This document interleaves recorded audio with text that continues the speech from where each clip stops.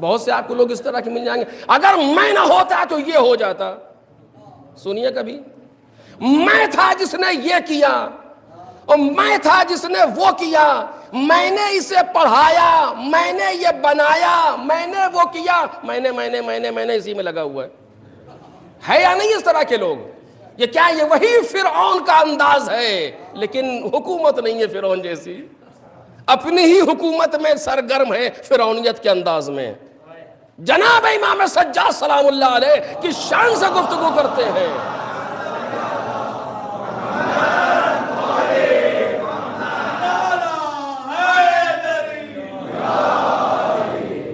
کہتے ہیں پروردگار اگر تو کسی کام کا ارادہ کر لے، تو اگر کسی کام کا ارادہ کر لے تو وہ کام انجام پا کے رہے گا، وسیلہ چاہے جو ہو. وسیلے کی تجھے کوئی ایسی احتیاج نہیں ہے کہ اسی وسیلے سے یہ کام ہو سکتا ہے اور بس نہیں. تو اگر چاہ لے کسی کام کو انجام دینے کے لیے تو وہ کام ہو کے رہے گا. اب یہ جملے کو روک کر کے یہیں پر مثال دے دو تاکہ بات واضح ہو جائے کہ اگر وہ یہ چاہتا ہے کہ ہم اس بچے کی حفاظت کریں اور اس بچے کو نبی بنائیں اور اس بچے کو حکومت تک پہنچائیں، تو اسے کسی وسیلے کی ضرورت نہیں ہے خاص. وہ کنویں کی تہ سے نکال کے یوسف کو تخت مصر تک پہنچانا جانتا ہے. دیکھ لیں آپ، یہ خدا ہے، یہ خدا ہے. نہ جناب یوسف نے کوئی لابنگ کی، نہ جناب یوسف نے کوئی پارٹی بنوائی، نہ جناب یوسف نے کسی کا سہارا لیا، نہ جناب یوسف کسی کے سامنے روئے گڑگڑائے کہ مجھے یہ کر دو مجھے وہ کر دو، کچھ نہیں. لیکن وہ خدا تھا جب پہنچاتا چلا جا رہا تھا. یہ کہ بعد دیگرے پہنچا دیا تخت مصر تک، اور آواز دیکھو اگر ہم کسی کام کو انجام دینا چاہیں تو دے لیتے ہیں. ایک صلوات پڑھیں محمد اور آل محمد.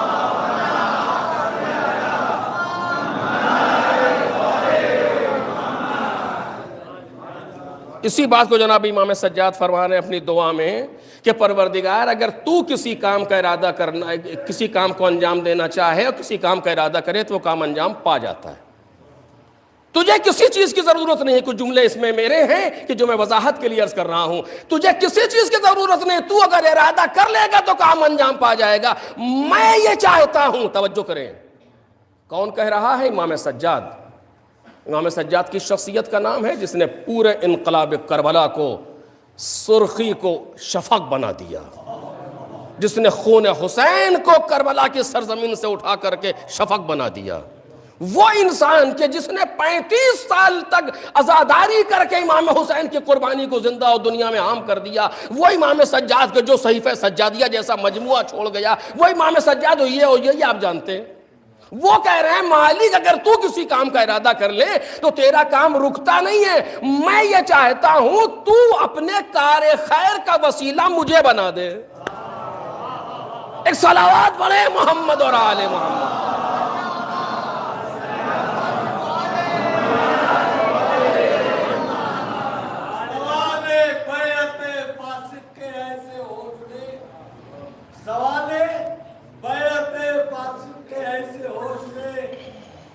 حسین کے آگے زبان کھل نہ سکی، اور ستم کے ہاتھوں میں جو باندھ دی تھی زینب نے، کسی یزید سے وہ ریسمان کھل نہ سکی. اور محمد و آل محمد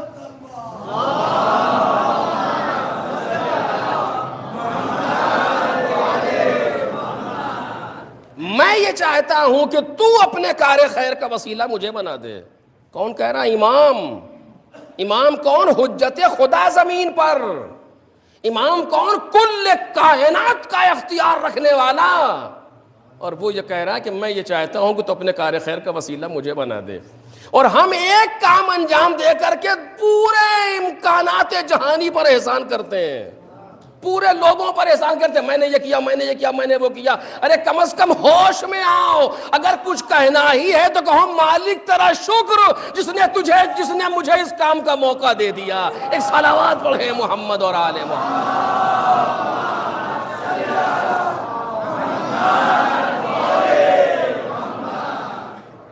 تو میں عرض کر رہا تھا کہ پروردگار عالم کسی اعتبار سے مجبور نہیں ہے، اسے اپنے جس کام کو انجام دینا ہے وہ انجام دے لے گا۔ اگر آپ دنیا میں نشیب و فراز دیکھ رہے ہیں تو یہ اس کے ارادے کے نتیجہ ہے، اس کی مجبوری کا نتیجہ نہیں ہے۔ اگر کچھ فرعون صفت انسان دنیا میں پنپ رہے ہیں، اگر کچھ حامان و شداد و نمرود کی طرح کے لوگ دنیا میں جی رہے ہیں، تو یہ خداوند عالم کی مجبوری نہیں ہے، اس کا ارادہ ہے، تاکہ وہ چاہتا یہ ہے کہ تم اپنے ارادے سے چاہے جنت جاؤ چاہے جہنم جاؤ۔ اور اس نے انسان کو اگر ارادہ اور اختیار دیا تو اس اختیار کی قدر کی۔ مالک ہماری طرح کا نہیں ہے کہ دے اور چھین لے، نہیں، وہ کہتا تھا کہ ہم نے تمہیں صاحب اختیار بنا دیا، اب تم جو چاہے کرو، جو چاہے کرو، دین میں تبدیلی کرو گے کرو، نبی کو قتل کرو گے کرو، امام کو قتل کرو گے کرو، لیکن کر کے جاؤ گے کہاں؟ توجہ کیجیے، کر کے جاؤ گے کہ تم کو تو آنا ادھر ہی واپس ہے نا۔ اگر تم اپنی مرضی سے جہنم میں جانا چاہتے تو ہم تمہیں کیوں روکیں؟ آخر جاؤ، ہم نے بنایا ہی اسی لیے کہ تم جاؤ اس کے اندر، لیکن اگر تم نہ جانا چاہو کوئی لے نہیں جا سکتا۔ توجہ کیجیے، اگر کوئی جہنم نہ جانا چاہے تو آج تک وہ پیدا ہی نہیں ہوا جو کسی انسان کو جہنم لے کے چلا جائے۔ اگر کوئی انسان جنت جانا چاہے تو کوئی ایسا ہے ہی نہیں جو اسے روک دے، اور اگر نہ جانا چاہے تو کوئی لے بھی نہیں جا سکتا۔ کل میں نے ایک مثال آپ کے سامنے پیش کی تھی، دوسری مثال آج کہہ کر کے بات کو آگے بڑھاؤں۔ آپ دیکھ لیجئے، فرعون کی بیوی لیکن جنت جا رہی ہے، فرعون کی حکومت سے جنت کا سفر کر رہی ہے، فرعون کے گھر سے جنت کا سفر کر رہی ہے، فرعون کے بستر سے جنت کا سفر کر رہی ہے۔ دیکھ لیں اتنی صاحب اختیار، اور ادھر دو نبیوں کی دو بیویاں نبی کے ماتحت ہو کر کے جہنم کا سفر کر رہی ہیں۔ نبی کے ماتحت ہو کر کے جہنم کا سفر کر رہی ہیں، نبی کے گھر سے جہنم کی طرف جا رہی ہیں، نبی کے بستر سے جہنم کی طرف جا رہی ہیں۔ ایک صلوات پڑھیں محمد اور آل محمد۔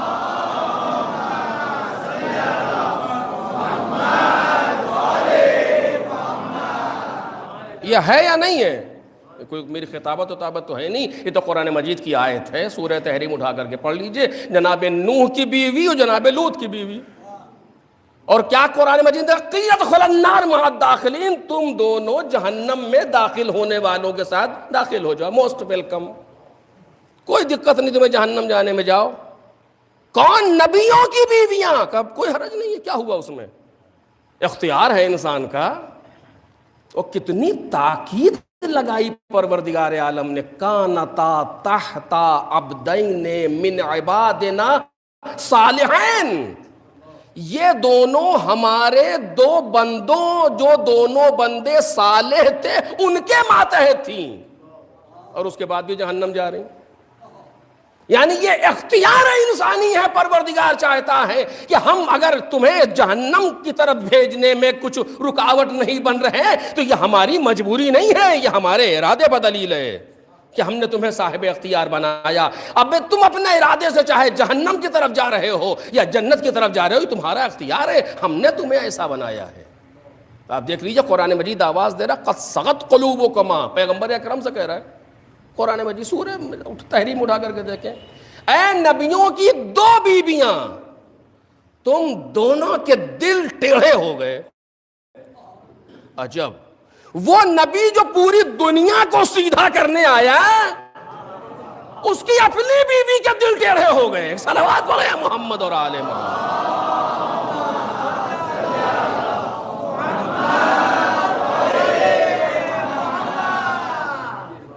یہ کس بات پر دلیل ہے؟ آیا خدا کی مجبوری پر دلیل ہے؟ یہ نبی اکرم کی مجبوری پر دلیل ہے کہ نبی کے ساتھ اٹھنے بیٹھنے والی، سونے جاگنے والی دو بیویاں، ایک نہیں دو، قرآن مجید کہہ رہا ہے، قرآن مجید کہہ رہا ہے کہ تتوبا، دونوں نے اگر توبہ نہیں کی، قد صغت قلوبکا، تم دونوں کے دل ٹیڑھے ہو گئے۔ یہ قرآن مجید ہے، نبی کے، پیغمبر اکرم کی دو بیویاں۔ تفاسیر اٹھا کر کے دیکھیے، اسما بھی آپ کو مل جائیں گے. تم دونوں کے دل ٹیڑھے ہو گئے. یعنی نبی پوری دنیا کو سیدھا کرنے آئے، ان کے دل ٹیڑھے ہیں اپنے گھر کے اندر. یہ کس بات پر دلیل ہے؟ نبی کی مجبوری پر دلیل ہے کہ انہوں نے اتنا نبی کو مجبور کر لیا کہ نبی انہیں سیدھا نہیں کر سکے، اس بات پر دلیل ہے یہ؟ یا خدا اتنا مجبور ہو گیا کہ ان کے دل ٹیڑھے، سیدھا نہیں کر سکا ان کے دلوں کو، اس بات پر دلیل ہے کہ نہیں، بلکہ یہ انسان کے ارادے اور اختیار پر دلیل ہے کہ نبی ہر ایک کو سیدھا کرنے نہیں آئے ہیں، نبی اسے سیدھا کرنے آئے ہیں جو سیدھا ہونا چاہے. توجہ کیجئے گا، خداوند عالم ہر کس و ناکس کی ہدایت نہیں کرتا. یہ جملہ غلط ہے قرآن کی روشنی میں. خداوند عالم اس کی ہدایت کرتا ہے جو چاہے. کیا کہہ رہا ہے؟ ان اللہ یہدی من یشاء، جو چاہتا ہے خدا اس کی ہدایت کرتا ہے. ایک صلوات پڑھیں محمد اور آل محمد.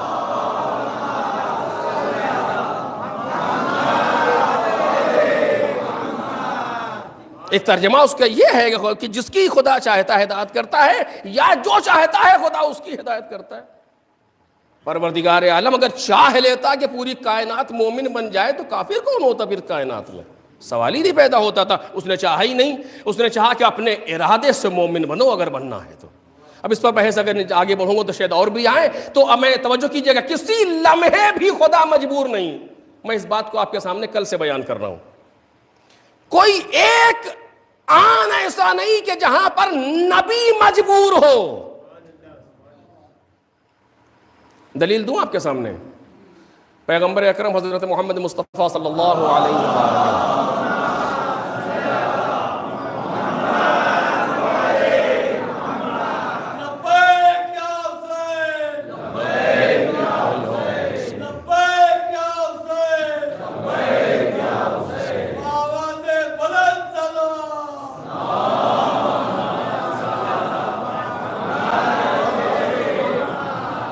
جناب امام رضا علیہ السلام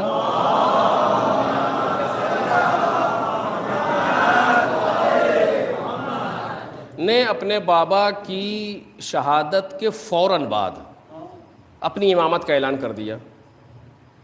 یعنی ابھی قاتل نے ابھی قتل کیا ہے اور فوراً اس کے بعد بغداد سے اپنے بابا کے جنازے پر نماز پڑھا کر کے واپس گئے مدینے، اور جانے کے بعد امامت کا اعلان کر دیا. لوگ ڈر گئے کہ اتنی جلدی آخر اس نے تو ابھی باپ کو قتل کیا، آپ کو بھی قتل کر دے گا مثلا. کیا دیر لگتی؟ جو باپ کو قتل کر سکتا ہے ہارون الرشید، وہ امام کو نہیں قتل کر سکتا تھا، لیکن فوراً امامت کا اعلان کر دیا. لوگوں نے اعتراض کیا، مولا یہ کیا کیا آپ نے آخر؟ کوئی جواب نہیں دے رہے.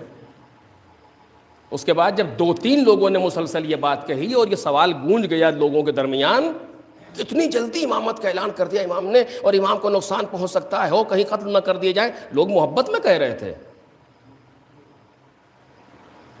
البتہ یہ وہ محبت تھی جو معرفت کے نیچے تھی. چونکہ جب محبت معرفت کے نتیجے میں پیدا ہوتی ہے تو بات کچھ اور ہوتی ہے. یعنی معرفت نیچے ہے، محبت اوپر جا رہی ہے. اگر یہ کیفیت ہے تو مسئلہ خراب ہو جاتا ہے. ہونا یہ چاہیے کہ محبت ماتحت رہے معرفت کے. چونکہ اگر معرفت ہوتی تو کبھی اعتراض نہ کرتے، سوال ہی نہ کرتے کہ یہ کیوں کر رہے ہیں. وہ امام ہے، آپ کون ہوتے پوچھنے والے کہ آپ کیوں کر رہے ہیں، کیسے کر رہے ہیں، آپ ہیں کون آخر؟ آج کی زبان میں ہو آر یو. لیکن یہ سوال یہ ائمہ کے ساتھ یہ مجبوری رہی. امام حسین سلام اللہ علیہ جب مدینہ سے چلے تو کہاں جا رہے ہیں؟ عراق جا رہے ہیں کہ نہ جائیے اور یہ ہوگا. اب آپ کون ہے کہنے والے کہ نہ جائیے؟ آپ سے پوچھ کے جائیں گے جہاں جانا ہوگا امام حسین سلام اللہ علیہ کو. یہ جو قدم رکھ رہا ہے مشیت پروردگار ہے. یہ ایسا نہیں ہے کہ جو جس طرح نہیں، جہاں امام پیر رکھ دے جس راستے پر وہ راستہ صراط مستقیم بن جاتا ہے. امام کو مشورہ نہیں دیا جاتا، امام کی اطاعت کی جاتی ہے. اب اس پر پھر بہت سی گفتگو ہے، لیکن کیا کروں کہ نہیں کر سکتا. تو امام رضا نے اعلان کر دیا فوراً.